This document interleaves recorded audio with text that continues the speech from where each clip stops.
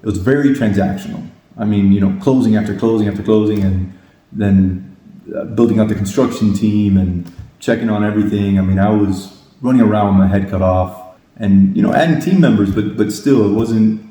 I felt like I ran into a brick wall. Like, how can I possibly scale this more than I am already? And then I found multifamily syndications and taking down 100 plus units, which the first one was actually only 37 units, and I learned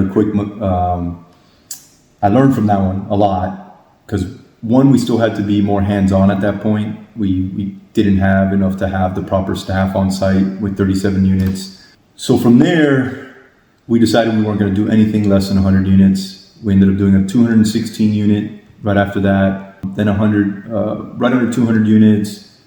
And then we jumped over to a 1,200 unit portfolio, and from there did an 850 unit property. And now our deals are maybe on average 300 or so units. That's kind of the sweet spot we like.